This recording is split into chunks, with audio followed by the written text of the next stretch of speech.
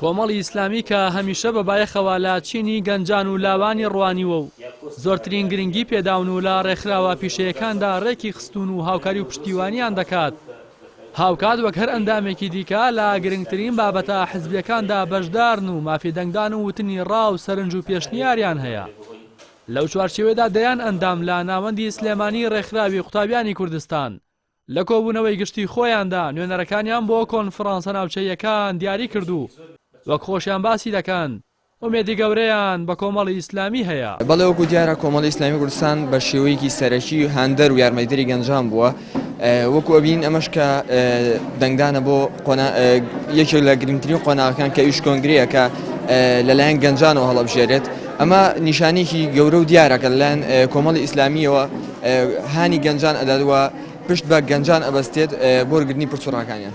من وەکو خۆم دڵخۆشی گەورەم هەیە بەرامبەر کۆمەڵی ئیسلامی چونکە لەم ڕۆژەیە ئەم کۆمەڵگای ئێمە پێویستی بەوەیە کە لایەن گەنجەوە هەستێتەوە. ئێمە وەکو گەنجانی کۆمەڵی ئیسلامی زۆر دڵمان بۆ خۆشەکە لایەنگرانی کۆمەڵی ئیسلامی ئەمڕۆ بەشداریمان کرد لە کۆبوونەوە گشتەکان چونکە ئێمە زۆر دڵنیاین کە کۆمەڵی ئیسلامی هەمیشە گرنگی بە کەنج داوە بوونی ئێمەش لەم ڕێکخراوە ئەم جۆش و خۆشەکە لێرەش گەنجانی بینین کە بەشدارن لە کۆبوونەوە گشت سەلمێنەری ئەوەیە کە کۆمەڵی ئیسلامی هەمیشە داکۆکی لە مافی گەنجان کردو گرنگی بە گەنج داوە. ڕێکخراوی قوتابیانی کوردستان کە یەکێکە لە کاریگەرترین ڕێکخراوە پیشەیەکانی بواری قوتابیان لە مێژووی خۆیدا لە ڕێگەی پرۆژەکانیەوە چەندین خزمەتی بەرچاوی بە قوتابیان کردووە. ئەمە بەدەر لەوەی کە بەردەوام کادر و ئەندامی نمونەیی پێگەیاندووە کە لە ئێستادا لە جونگە هەستیار و بوارە جۆرا و جۆرەکان خزمەت دەکەن.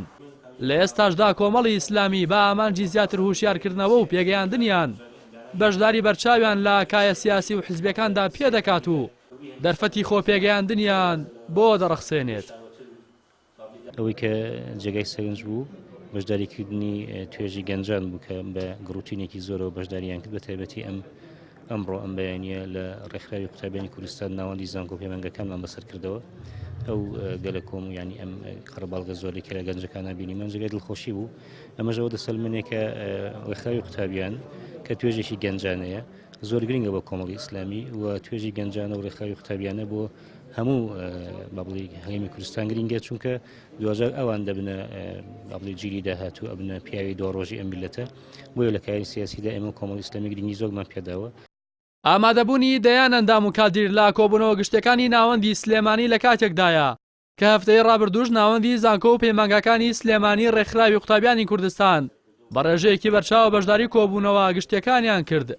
هاوکات ڕێکخراوی قوتابیان لە سەرتاسەری کوردستان بە بەشداری نزیکەی 1000 ئەندام لە کۆبوونەوە گشتەکانی کۆمەڵی ئیسلامی بۆ ئامادەکاری کۆنگرەی چوارەم بەشدارە. ڕاستی حەمامین کەناڵی ئاسمانی پەیام سلێمانی.